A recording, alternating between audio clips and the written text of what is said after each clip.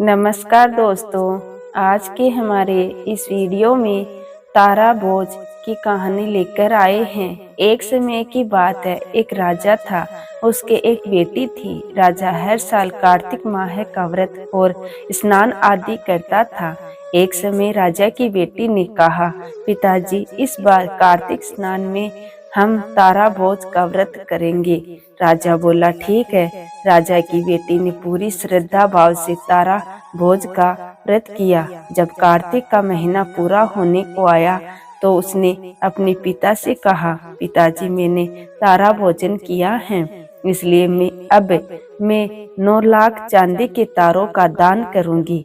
राजा ने कहा, ठीक है। उसने उसी समय सुनार को बुलाया और कहा, राजकुमारी ने कार्तिक माह में तारा भोजन किया है, अब तुम उसके लिए 9 लाख तारे बनाकर दो, जिसको वो दान करेगी। सुनार ने राजा को हाँ कर दी, लेकिन घर आकर वो सोच में पड़ गया।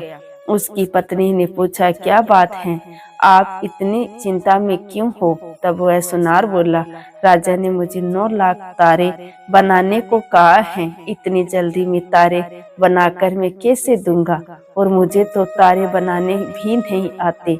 सुनार की पत्नी ने कहा, इसमें सोचने की क्या बात है, गोल चांदी का पत्रा बनाकर उसमें से छोटे छोटे टुकड़े काट देना, तारे बन जाएंगे और राजा को दे आना। सुनार ने ऐसा ही किया।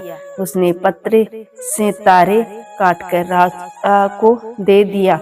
राजकुमारी ने 9 लाख तारों का दान किया। ऐसा होते देख भगवान का सिंहासन हिलने लगा। भगवान हरि ने अपने दूतों से कहा, जाओ और जाकर देखो कौन धर्मात्मा मेरे नाम पर टिका हुआ है। दूतों ने पृथ्वी पर आकर देखा तो राजकुमारी चांदी के तारे दान कर रही थी।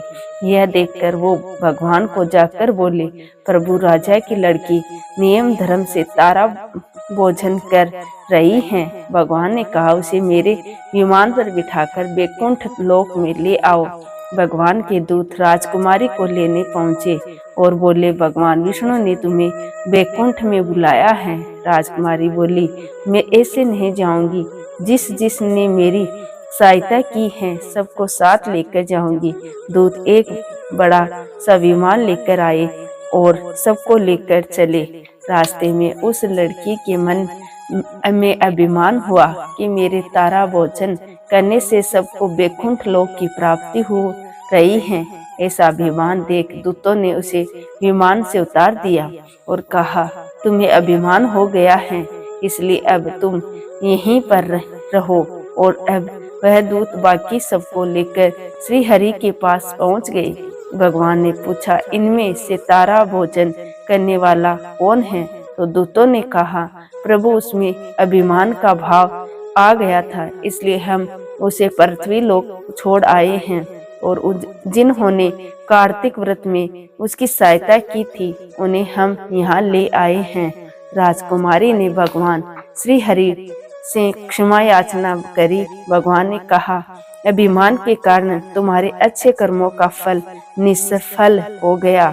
अब तुम फिर से श्रद्धा पूर्वक तारा भोजन करो, कार्तिक स्नान करो, तब तुम्हें बैकुंठ की प्राप्ति होगी। अगले वर्ष उसने फिर से श्रद्धा भाव पूर्वक कार्तिक स्नान में तारा भोजन व्रत किया। भगवान के दूत आए और उसे लेकर बैकुंठ लोक को चले गए। हे श्री हरि विष्णु भगवान, जैसे राजा की लड़की के साथ पहले जैसा किया वैसा किसी के साथ मत करना, और जो बाद में उस पर कृपा करे वैसे ही इस कहानी को कहते सुनते पुकार बढ़ते सब पर कृपा करना। जय श्री हरि विष्णु की।